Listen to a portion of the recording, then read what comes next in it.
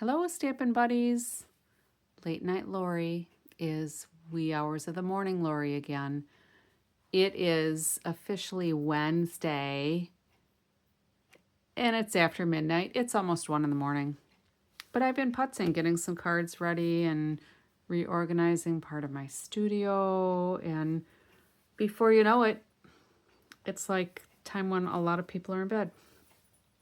So anyway, we are going to take a look at something that's in the annual catalog. I've been covering a lot with the mini catalog and celebration products, especially the last couple of weeks. So I'm going to pull out this penciled Pear, and I have used it before because I had all the stickers on, but it's been so long I don't remember what I made out of it. So this is from the annual catalog that runs May through April. So this is in the catalog that we'll be finishing at the end of April. No, first part of May. Something like that. So anyway, we're going to do some stamping. We're going to do some water painting. We're going to do some embossing, and we're just going to do a bunch of stuff. So this is the card that I kind of cased from what's online. All right, so I didn't get it exactly. And I put some little bubbles on here, some embellishments that they didn't have on there. I don't know if I like it with them or not. I think the little cross stitch things here with the baker's twine was probably supposed to take the place of embellishments, but sometimes you're just in a habit. So, and I also did my little envelope that coordinates with this. Now this designer series paper, I'm going to pull in a bunch of my things. The designer series paper is Country Lace. This is from the annual catalog too. I've used parts of all of them. I think one of the pieces is actually gone because I did it with the Country Birdhouse cards that I did a while back. So this is fun paper. And then I used for the circle the Spotlight on Nature dies, and you get a bunch of dies here. So there's actually, let's see, 12 different circles that have different borders. You could make little frames out of them if you used, different size ones. But this was the one that worked with the Pear. Okay, so it's the second from the biggest on one of the sheets. So we'll put that away. So we're going to do a couple of cards that will use the fruit salad paper from Celebration. So I guess you still can't get me away from Celebration stuff, but this paper is so fun. This is the paper that's got all the different fruits and different designs on the back sides that are kind of like fruit themed. So we're just going to use a couple little pieces of that. And let's set this off to the side because the water painting is the biggest thing we're going to do. But here's a couple of different designer series paper options that I thought about. So this is actually crushed curry, which is not in the fruit salad designer series paper, unless I missed it. Daffodil Delight is, but not the crushed curry. So I kind of liked the crushed curry instead because it's just a more bold color. So we're not going to make all of these. We're just going to kind of lay some of them out. So that would be an option. And another option would be so we would do the Pear on here or the Pear on here, and we'll decide that in a minute, or like the Pear on here. And what I did for this one, coordinating envelope, of course, what I did on this one is I just took a strip, I trimmed it down to 5.5, And then if you just, I guess I wanted to rip it this way. We'll go this way because I'm left-handed. I go a little goofy, I guess. And then I'll probably trim it just a little smaller so I can get rid of that tear that I didn't intend.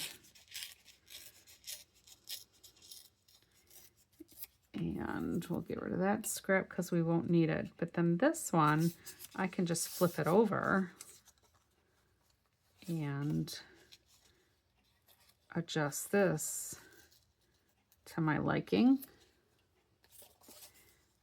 And that's how I did that, okay? So then I just kind of lined them up how I wanted it. And the straighter you tear, obviously the less variation you'll get in your 2 layers once you flip them over. But that's how we did that. So we'll set this one aside as well. So the next thing is we're just going to put these layers together.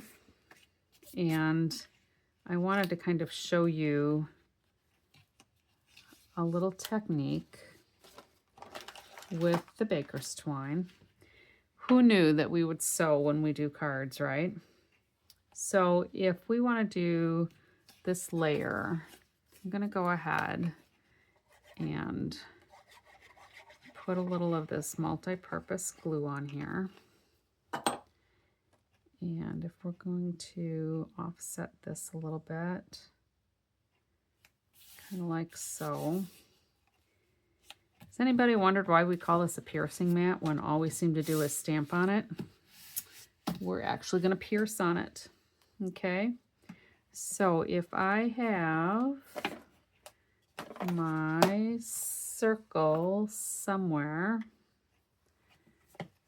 I know I had it here. There we go. So if we have our circle on here, and if I'm going to line this maybe like so, we're just going to do some poking here, and we're going to make holes for like a cross stitch, okay? So if you just take your pick tool and just put some, like a square of holes. We'll go this way. And this is why we have a piercing mat, because this kind of heals itself, not entirely, but it works better than using like piece of that chipboard that comes in some of our products. Sorry, had to get a little sip of water there.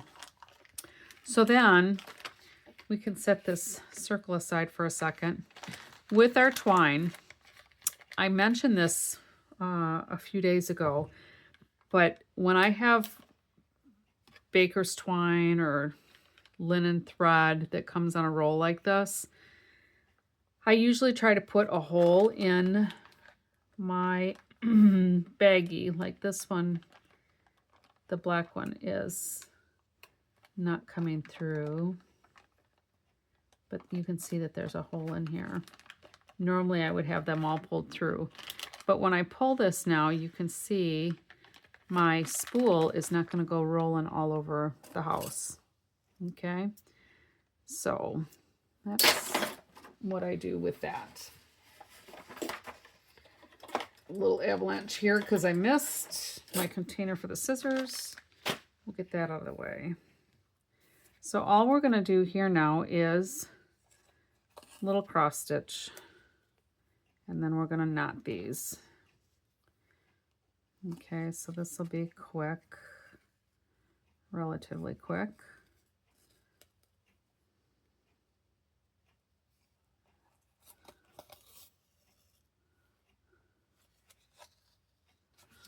And I made it long enough so that I should be able to do all 3 of my cross stitches without having to thread the needle again. And then I'm just going to knot these on the back.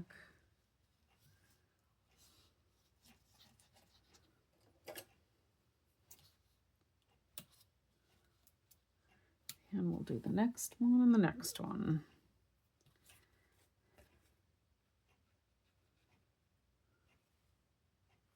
Very close.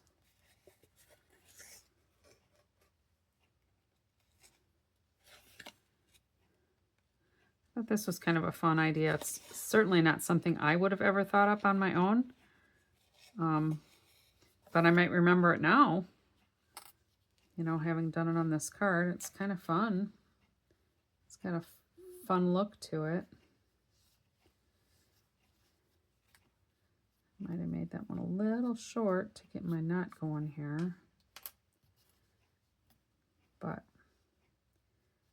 I will prevail. I am confident. All right. And one more.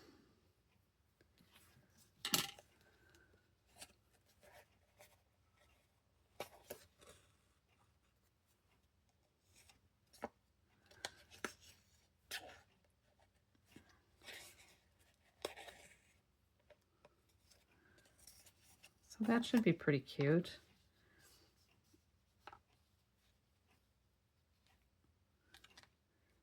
And then we're going to do a little water painting. So you can do water painting a couple of different ways. You can do it by squeezing the top of your ink pad and getting just a little pool of ink on it, and then wiping it out when you're done so that if there's a lot of water in there, it doesn't drip down onto your ink. Or if you're like me and you don't like that mess in your ink pads, because it really makes me a little bit crazy. See, isn't that cute? We're gonna go, how did I have it? Like this, I think. All right. And I'm gonna be done with this for right now because I've already stamped the sentiment. If you want me to cover how to do embossing, let me know, but I think most of the people watching this probably already know how to do it. So this is just Pebbled Path. But when we do the embossing, you can see hopefully where this is dull. It's matte finish. These are actually little pieces of plastic. All right, so when we use the Versamark, which is a slow drying sticky ink, and then put the powder on it, we heat it with that heat gun. All right, you're going to use your heat gun on setting 2, not setting 1. 1 is just to kind of dry ink.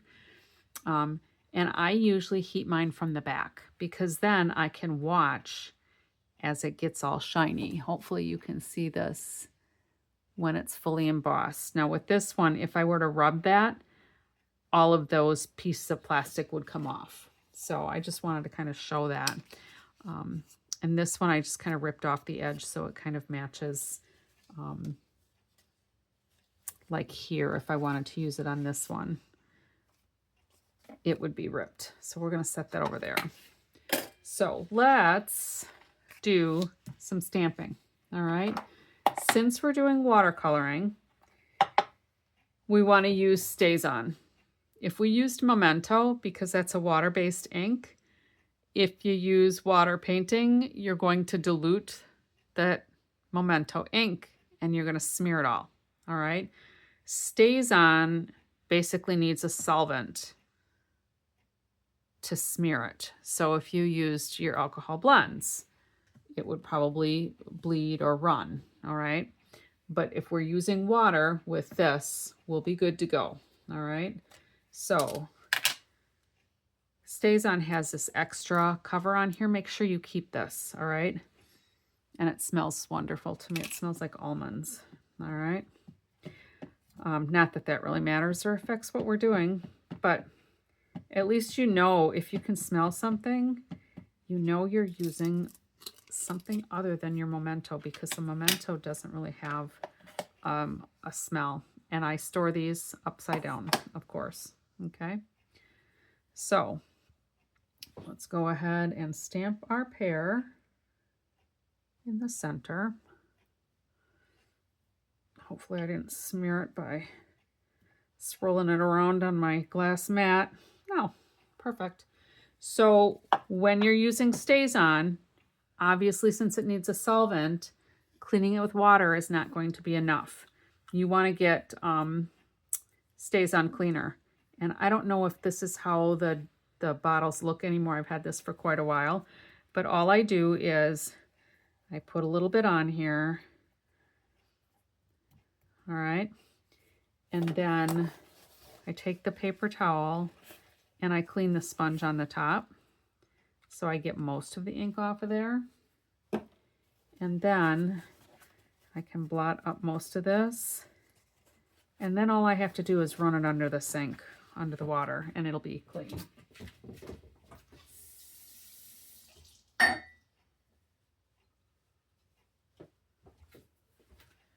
Voila, it's still wet, but it's clean, okay?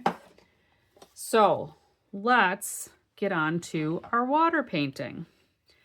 So we are going to start with this big block, all right?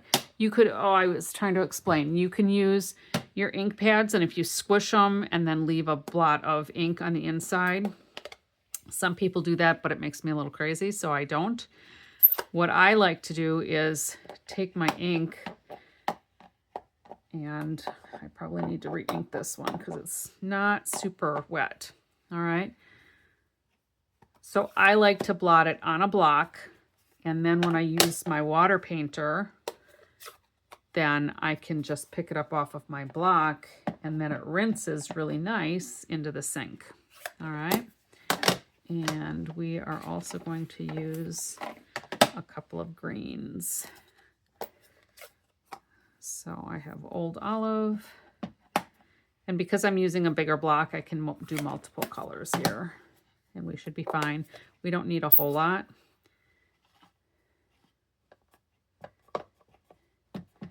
And Granny Apple Green.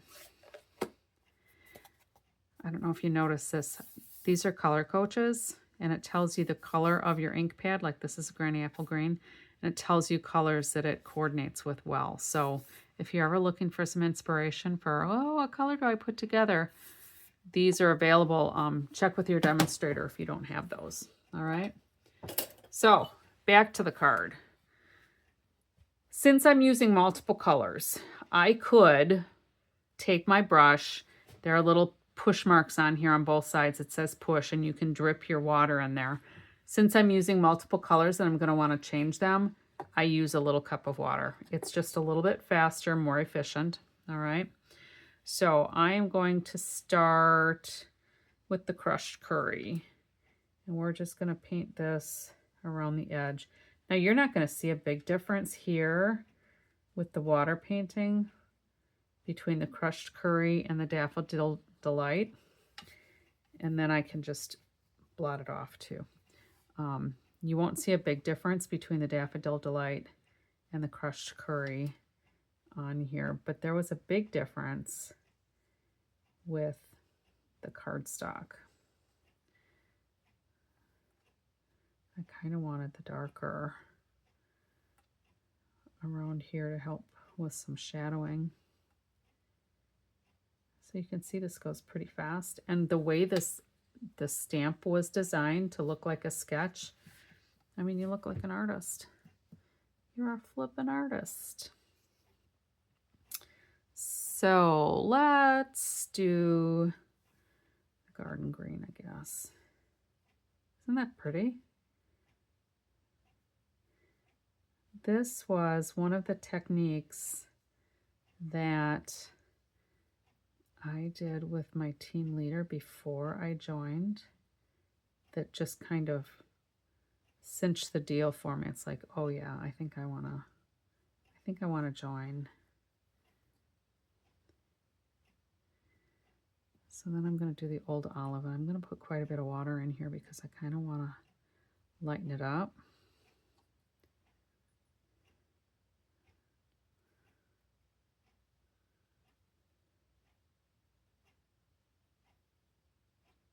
Going to kind of blend that. We're going to leave like the shine spot in the middle there.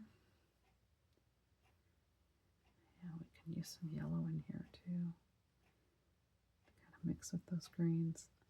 Now, because this is watercolor paper, it works really well with soaking up the water. So you can, it's not going to pill the paper because it's designed for that. All right. So we are done with the body of the pear, and I'm just going to wipe this off. I do not want to, let's say I ran out of a color. I do not want to dab my ink pad on my glass block, my acrylic block, when it's wet, because I don't want the water to get into those. All right. So we are going to do some Coastal Cabana because we're going to get some sky going on. And we're going to do some basic beige. And I think I need to put a little bit of Vaseline in that one. We're going to do some basic beige for the base, the grounding. All right. So let's see how dark that's getting for us.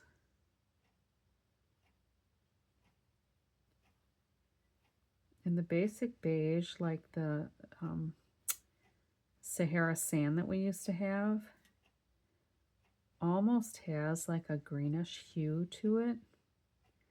It's really a pretty unique neutral color. And I used to like Sahara sand, so when that one retired and this one came in, okay, well, that's all right.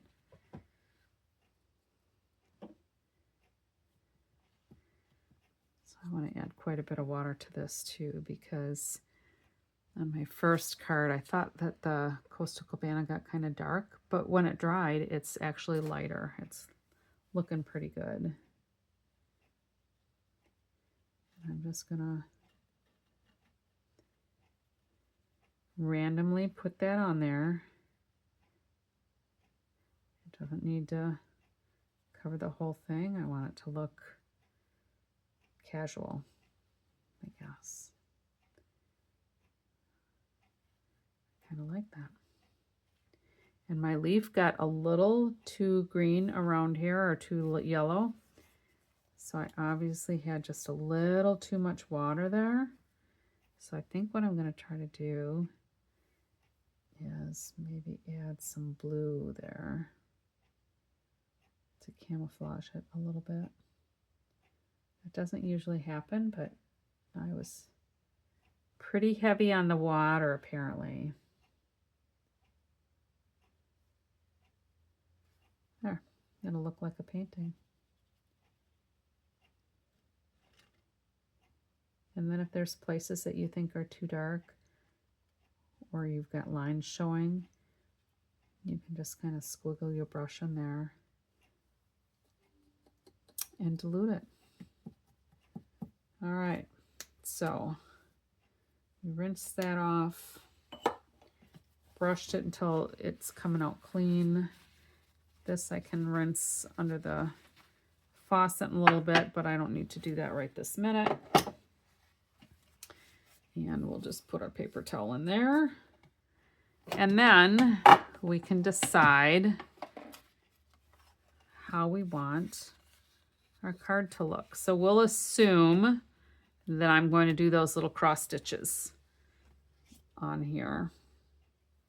This one I wouldn't necessarily do the cross stitches on, but here's my sentiment. So that would go up on dimensionals. It's kind of pretty. I like that. You could also find, you know, a piece of ribbon. We've got, oh, some different ribbons that might really work with it. I don't know if something like that. Oh, that would maybe be cute. You could even use a pebbled path and fill in some of that, because you can color these ribbons, you know, with an alcohol marker. All right, so that would be one card. All right. And since I didn't do cross stitches on these, I would probably most definitely use some of the gems, the embellishments. So these are basic gray and smoky slate pearls. Those are in the annual catalog. So I put those on there. So let's move this over here. So this one, remember, we would have the cross stitches on it. That's a little busier because of the papers that I picked. And you can't really tell that those are pears on there the way it's covered up. So we might want to do something like this that'll show the pear a little bit more. But you would just lay it out until you're happy with how it sits. Maybe like that. That would work because then you can see that pear too. So that would be cute. Probably have this down just a little bit. Or you could offset these a little bit to show all the paper, the pretty paper. That's usually the star of the show. All right, so that would be another option. And this is the one that's got the pop of the green in there, which I wanted to have more of an accent color. And personally, I think this one is my favorite because I like that bold pop of color. What do you think? I'd probably do there-ish. All right, so this was one on the catalog or on the online store. So this would be casing, so where we copy and share everything. And I followed the picture that Stampin' Up! Did for the most part. There was actually some beige painting on here to put some like plaid lines on there. And this would be copy and slightly edit. So it's still casing. I took my inspiration from the online store and I can show you, well, sorry. I can show you here. That's the card that I mimicked. All right, so I changed the sentiment and added the embellishments, didn't do quite as many cross stitches, but for the most part, it's pretty similar, okay? And then these are slightly edited. Totally different color combination. The pear is still painted pretty similarly.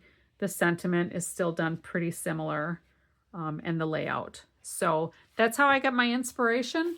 I used the Stampin' Up! Artist's idea and just built it into something a little different. So there's one, there's two, and there's three. Totally different looks each time. So we could actually trim this one down quick.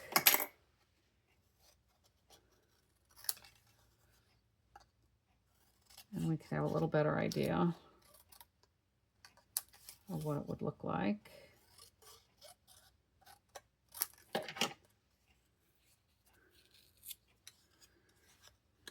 There. Because we could go something like that too. It's just supposed to kind of look kind of casual.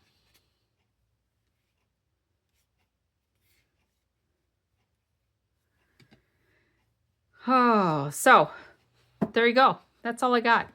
Now I'm just kind of deciding how I want to put them together, but I'll have to watercolor 2 more pear circles and put these all together, and somebody will get some happy mail, I think. So that's all I've got. Hope you enjoyed it. Sorry it went a little long today, but we kind of made 3 cards. So happy stamping until next time. Bye now.